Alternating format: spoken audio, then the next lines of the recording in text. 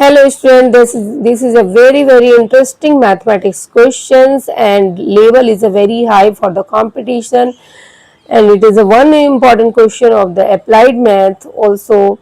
If A is a 30% more efficient than B, how much time which they take if working together if A alone could have done in a 23 days। देखिए इस question को पहले समझते हैं। बहुत ही छोटा सा क्वेश्चन है बट ट्रिकी लग रहा होगा आपको, and it also has some sense, तो how to do in a very fast way. देखिए ए की जो इफिशियंसी है वो 30% मोर देन बी से है, तो हम लेट कर लेते हैं कि हमारी बी की जो इफिशियंसी है, बी की इफिशियंसी किसी भी वर्क को कंप्लीट करने की वो हमारी 100 है सपोज।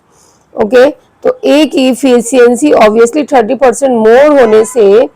इफिशियंसी ऑफ ए आप लिख लोगे 130 because it's a 30% more, and then you have to find the ratio of the efficiency of A to B. So A to B efficiency हम लिख लेंगे 130 upon 100, that is a 13/10, ये ratio आ गया। अब total जो टाइम टोटल वर्क है हमारे पास, total work done by A alone in a 23 days,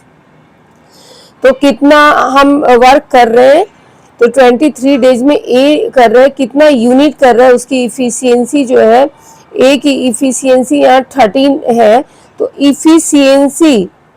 efficiency into total time,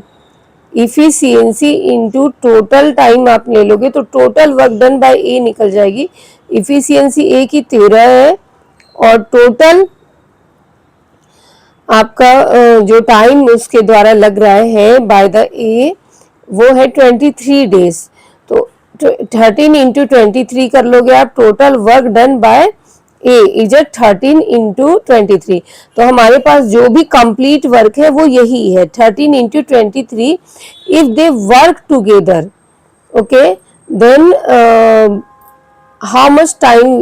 they will take, तो अगर हम वर्क करते हैं साथ में तो कितना टाइम लगेगा, तो साथ में भी जब भी आप वर्क करते हो तो ये यही वर्क होगा, टोटल वर्क जो ए ने किया वही वर्क होगा, तो साथ में मिलके करेंगे तो 13 इंटू 23 अपॉन दोनों की इफिशियंसी, आपकी जो ए टू बी की इफिशियंसी ना रेशियो गिवन है, तो 13 प्लस 10 कर लोगे दैट इज 23, तो 13 into 23 upon 23, so it's a 13. So if they work together, they will complete the same task in a